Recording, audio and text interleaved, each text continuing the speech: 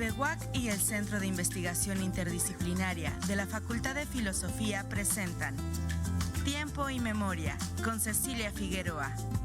Comenzamos.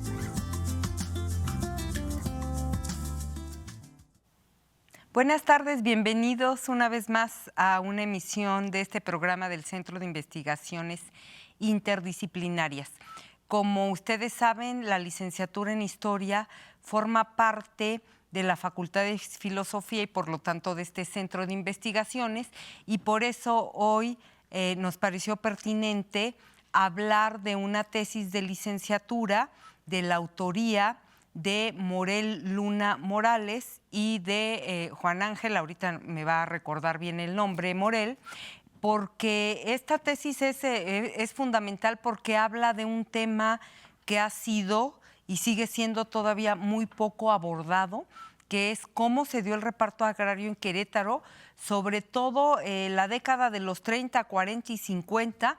En Querétaro parece que no existió, parece que nos la borraron, y entonces Morel viene a hablarnos de cómo se da este proceso al concluir la revolución. Recordemos que tuvo que llegar el general Lázaro Cárdenas a implementar esta política del reparto agrario porque quienes lo antecedieron como que no quisieron entrarle por ahí, no era su política. Y entonces llega Lázaro Cárdenas, coincide con el periodo de gobierno del satanizado Saturnino Osornio, y de esto, este es el contexto, la coyuntura en la cual se centra la investigación del reparto agrario en el municipio de Querétaro. Hola, Morel, gracias por acompañarnos. Buenas tardes, maestra, muchas Buenas gracias tardes. por invitarnos. Gracias a ti. Oye, pues a ver, platícanos, ¿cómo se da este reparto agrario? Porque pareciera que la gente dijo, sí, ¿dónde están las tierras que me van a repartir? Muchas gracias, ¿no? Como si ahorita te ganaras un coche, pero el contexto era muy complicado. Platícanos. Sí, fue un contexto bastante difícil. Quiero hacer el paréntesis para mencionar a mi compañero Juan Ángel Salinas Chávez, que es el otro autor de este trabajo que hicimos ya hace algunos años en torno a los movimientos alzados en la parte norte de Querétaro, el Marqués y Colón. Entonces, el reparto agrario acá tiene su base, digámoslo así, pues en el artículo 27, que versa sobre la soberanía nacional, refugiado en la Constitución del 17, ¿no? Y que por distintos intereses de varios presidentes, Obregón, Calles en su momento, durante el maximato, hasta llegar a Lázaro Cárdenas, pues van a aplicar cada uno de ellos, ¿no? Entonces, las cantidades y las magnitudes van a variar. Las estrategias también, ¿no? En el contexto que nosotros analizamos, que es de los años 30 al 40, una década bastante conflictiva, Lázaro Cárdenas implementa una estrategia de ideologización, por decirlo de alguna manera, de propaganda del reparto agrario, a través de la educación, ¿no? Fortalecido por el ejército, ¿no? Y diversos grupos organizados de trabajadores del campo, trabajadores agrarios, que van a ser principalmente quienes garantizarán el ejercicio de esta aplicación del reparto agrario. Entonces, esto, pues, sumado a que durante los años 20 se lleva a cabo este conflicto revolucionario denominado la Cristiada, ¿no? Va a dejar ciertos resabios, una continuidad de conflictos que también van a favorecer a la defensa, pues, de los territorios de la hacienda, ¿no? Entonces, se van generando ahí, vamos a llamarlo así, algunos nichos de defensa de la tierra, de la gran propiedad, y otros en defensa de la tierra en la parcelización, ¿no? Además, tenemos, vamos a llamarlo así, bueno, en este sentido ya van tres grupos, ¿no? Los que están apegados a la religión, a la iglesia, los que están apegados a los hacendados, y tenemos el grupo emergente, por decirlo de alguna manera, los agraristas, ¿no? Que portarán esta bandera de la supuesta revolución y la justicia social a través del reparto agrario, ¿no? En ese sentido, entonces, tenemos que va a haber pugnas, va a haber conflictos, choques violentos, ¿no? Directamente entre estos grupos, sobre todo en contra de los agraristas, ¿no? En el caso de Querétaro, pues tenemos hacia los años 20 la emergencia de Saturnino Osornio como parte de un grupo organizado de agraristas en la hacienda del Sitio, ¿no? en San Juan del Río. Este trabajo, bueno, vamos a decirlo así, esta historia está bastante bien documentada y trabajada por Marta Eugenia García Ugarte, ¿no? Ella ha tenido Génesis del Porvenir, Génesis se llama el del libro, Porvenir. es maravilloso. Ajá. Anteriormente, pues tiene el de Hacendados y Rancheros, ¿no? Que es un texto, un trabajo sobre el siglo XIX, ¿no? Cómo se comienzan a generar una participación muy fuerte de estos nuevos propietarios dentro de la política queretana. Entonces, el caso de Saturnino Osornio es uno que, pues, de ser peón de Hacienda, a partir de la organización y de estar en el momento adecuado, de acuerdo al contexto político nacional, pues se va a ir acomodando, ¿no? Apoyando a Obregón en distintos levantamientos, como la Revolución de la Huertista en el 23. Posteriormente llega a la presidencia de San Juan del Río, ¿no? Se está en su gestión generando una política bastante interesante en cuanto a lo social, ¿no? Aplicando educación gratuita, extendida, primaria, aplicando también pues la bandera de la no religión, ¿no? ¿Cómo decirlo?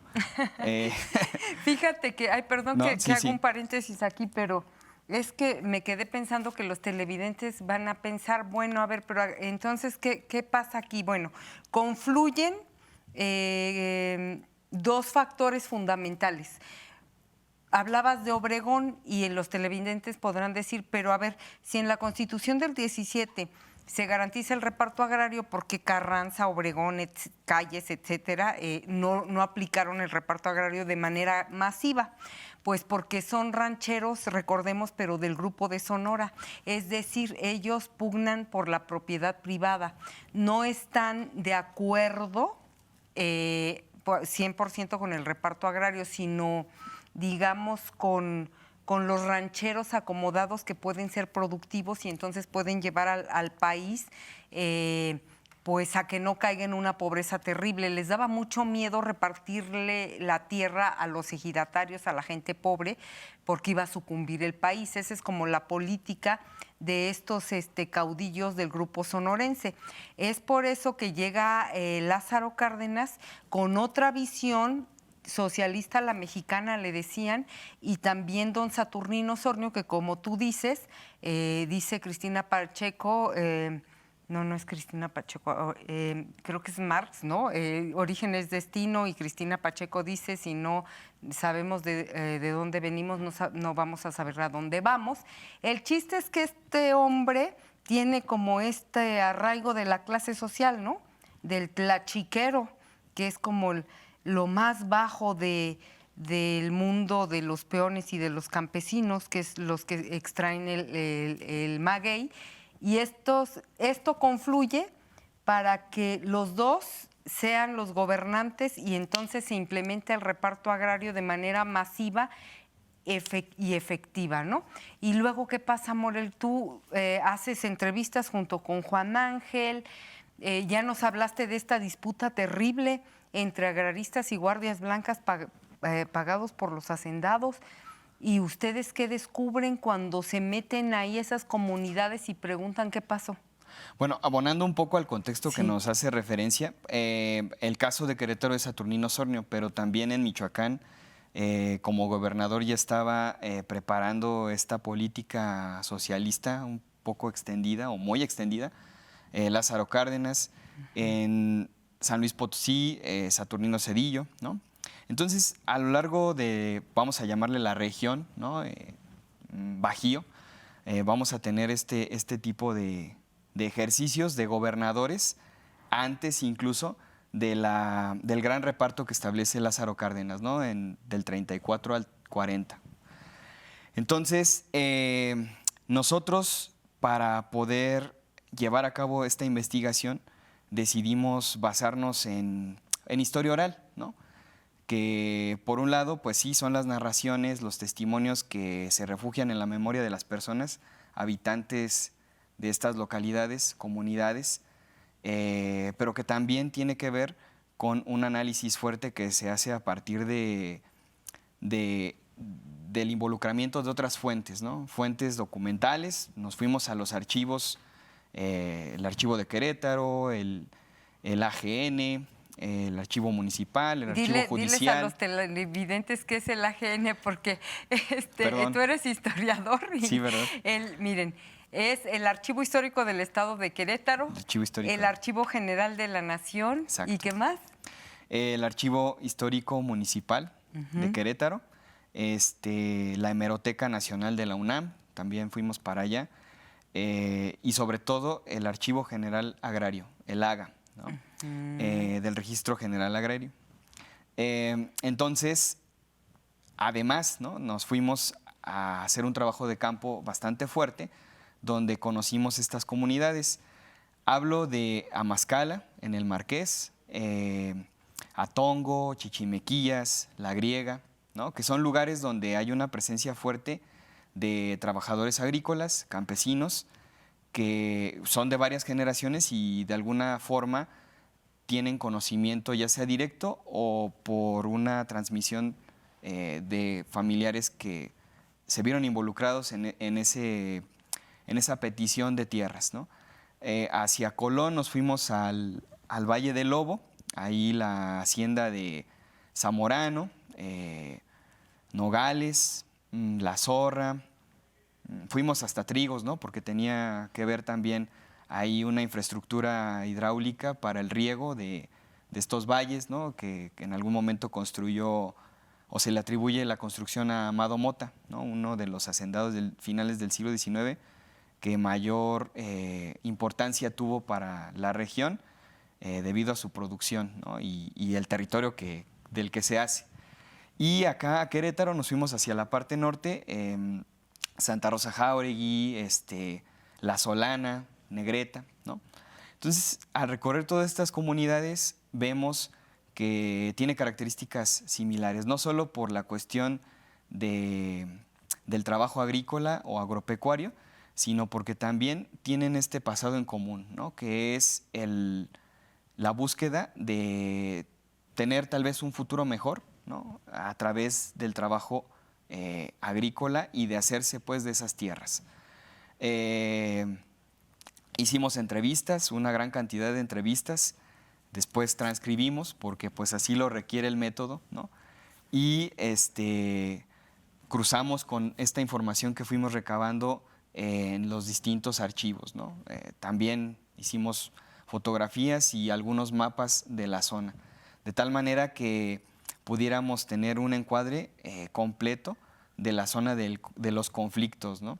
Y pues ahora sí que también del cómo son o cuál es el aspecto cultural propio de estos lugares. Oye, ¿y cómo es ese campesino queretano de esta zona, de esta región que recibió la tierra? ¿Es levantisco? ¿Es agachón, por llamarlo de alguna manera? Estoy usando los términos de la época, los adjetivos calificativos, ¿no?, que usaban los líderes de la época. ¿Reciben con agrado las tierras? ¿Creen que es pecado? ¿El sacerdote del lugar les hace manita de puerco? ¿Los amenaza? ¿Cómo es esa dinámica? Sí, lo que encontramos también en estas pues comunidades que en ese momento eran núcleos poblacionales asociados a la hacienda, es decir, los hacendados tenían un lugar donde podían vivir sus trabajadores, ¿no?, a los cuales denominaban acasillados, los trabajadores de confianza, aquellos que constantemente tenían trabajo y estos trabajadores pues tenían una gran fidelidad hacia los patrones, hacia los dueños de las haciendas. Derivado de eso, pues cuando les llega el ofrecimiento del reparto agrario, la reacción es rechazarlo, ¿no? No quieren las tierras, Pienso que no en su totalidad, ¿no? Tal vez hubo uno o dos que es muy posible que hayan pretendido aceptarlo. Sin embargo, en grupo, la Generalidad rechazó el reparto, y esto lleva a que cuando Saturnino Osornio les ofrece, pues por palabras ahí de una entrevistada, dice, si no van a querer la tierra, pues vendrán otros para que ellos la agarren y ustedes pues se van a quedar sin nada, ¿no? Palabras más, palabras menos, groserías o como sea, pero ahí surge, ¿no? Se resistieron y entonces Saturnino Osornio trae, dicen los mismos pobladores, por ejemplo, de Amazcala, que trae a su grupo organizado de San Juan del Río, los instala ahí y piden la tierra a ellos. Los requisitos, recuerdo que eran 3, ¿no? Uno, que fueran mayores de 16 años, de 16 años cumplidos en adelante, que tuvieran familia y que hubiera tierras afectables, esto es, que hubiera tierra para repartir, ¿no? Entonces, cerca de ello, pues estaban las haciendas. Entonces llegan este grupo organizado de San Juan del Río y pues hay un primer choque, ¿no? Hay conflicto entre ambos, entre los acasillados y entre los agraristas. Se mantienen en cierto orden, el contexto nacional pues es bastante violento, ¿no? Gracias. Y el hacendado entonces comienza a llamar a sus trabajadores de confianza para otorgarles armas, ¿no? De tal manera que puedan evitar que se ingrese el agrarismo o el reparto de tierras ahí en Amazcala.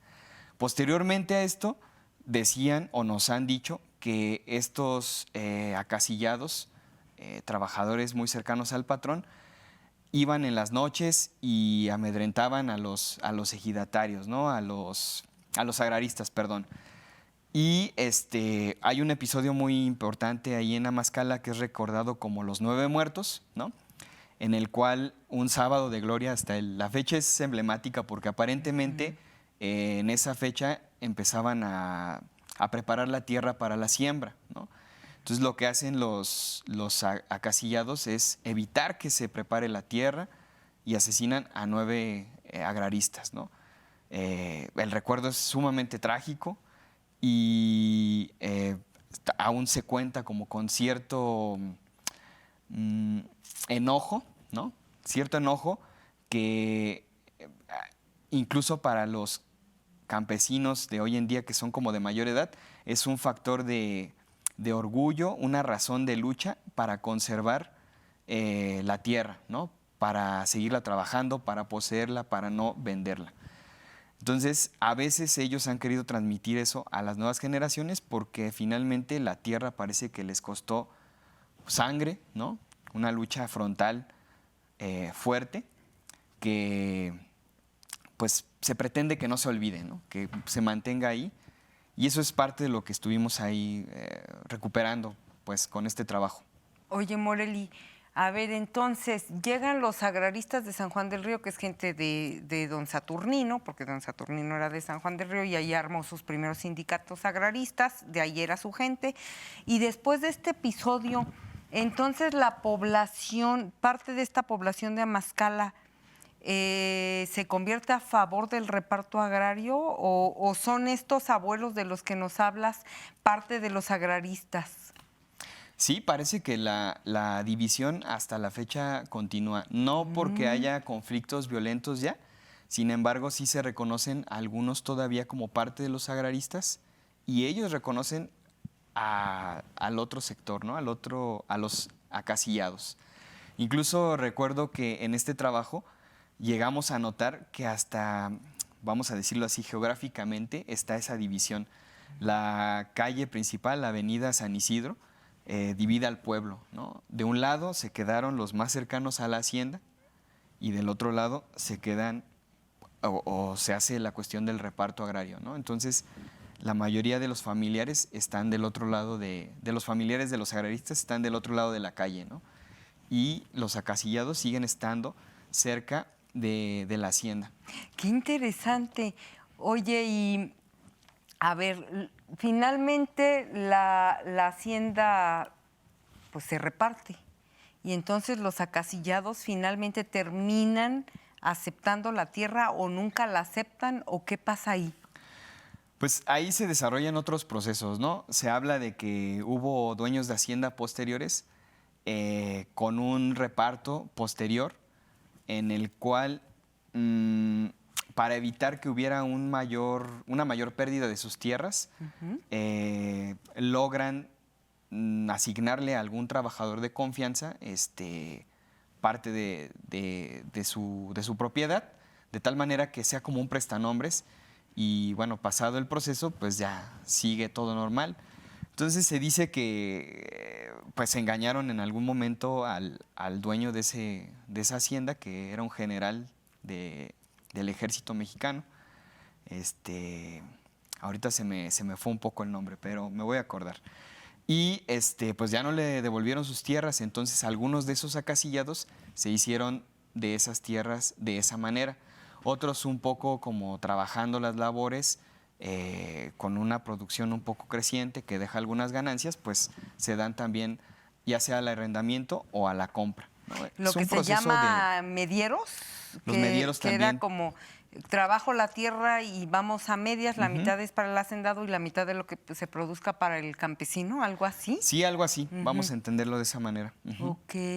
Oye, es muy interesante esto que nos platicas, porque para esto sirve la historia regional. Quizá los televidentes no lo sepan, pero, por ejemplo, nosotros tomamos un libro de historia general de México y decimos, a ver, yo quiero saber cómo fue el reparto agrario en México y qué pasó. Y ves como todo en macro, ¿no? Como un proceso como muy grande, pero no ves el detalle. Estas cosas que me parecen maravillosas de cómo hoy en día sigue habiendo esa división geográfica, ¿no? De este lado los agraristas y del otro los acasillados. Y ya nos queda muy poco tiempo. Me gustaría que cerráramos con qué encontraste respecto a esta violencia, porque también es poco conocido si no eres historiador.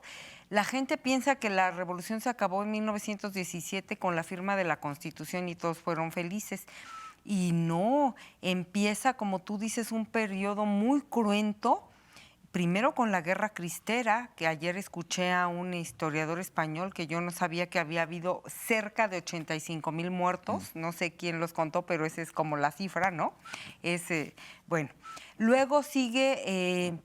a partir de, tú nos hablas de estos cristeros, tenemos a los católicos conservadores, como apegados más al hacendado, que tú llamas acasillados, y por otro lado a los rijosos agraristas, que después van a ser ejidatarios, a los que tachan de socialistas, porque pertenecen a esta rama del gobierno de Lázaro Cárdenas y de don Saturnino, que son anticlericales.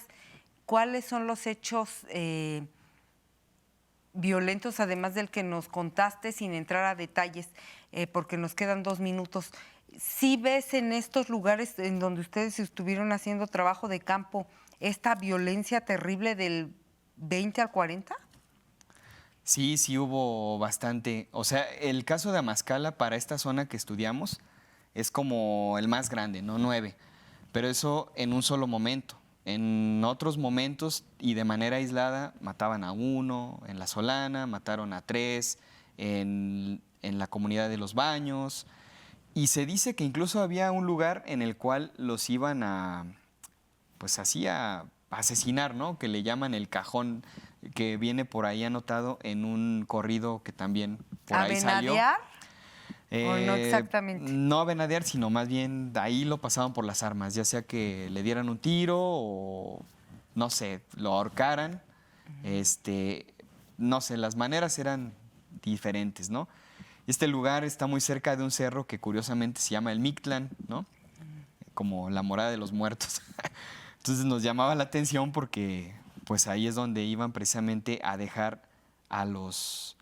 más bien pues asesinar a los agraristas, ¿no? Para acabar pronto. Pero también era de ida y de regreso, ¿no? O sea, guardias blancas pagados, es decir, campesinos armados por los hacendados y pagados, pero los agraristas también, pues tenían, o hacían lo mismo, pues, ¿no?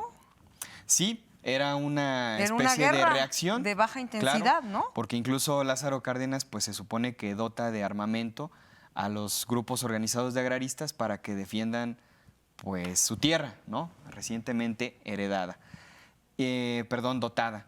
Y mediante esta dotación, pues poder resguardar y defender el ejido. Sin embargo, igual por ahí en las fuentes encontramos que muchas veces estas armas no llegaban a los grupos organizados, sino que más bien por ahí había tal vez algún desvío e iban a reforzar esas armas a los grupos organizados de los patrones, ¿no? De los hacendados.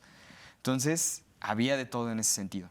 Ay, desafortunadamente el tiempo se nos terminó. Muchas gracias al historiador Morel Luna Morales, que también es docente en Amazcala de la Universidad Autónoma de Querétaro y egresado orgullosamente de la licenciatura en Historia. Muchas gracias, Morel. Gracias a usted, maestra, por invitarnos. Gracias. Gracias. Y a nuestros televidentes nos vemos en la próxima emisión. Buenas tardes. TVUAC y el Centro de Investigación Interdisciplinaria de la Facultad de Filosofía presentaron Tiempo y Memoria con Cecilia Figueroa. Gracias por acompañarnos.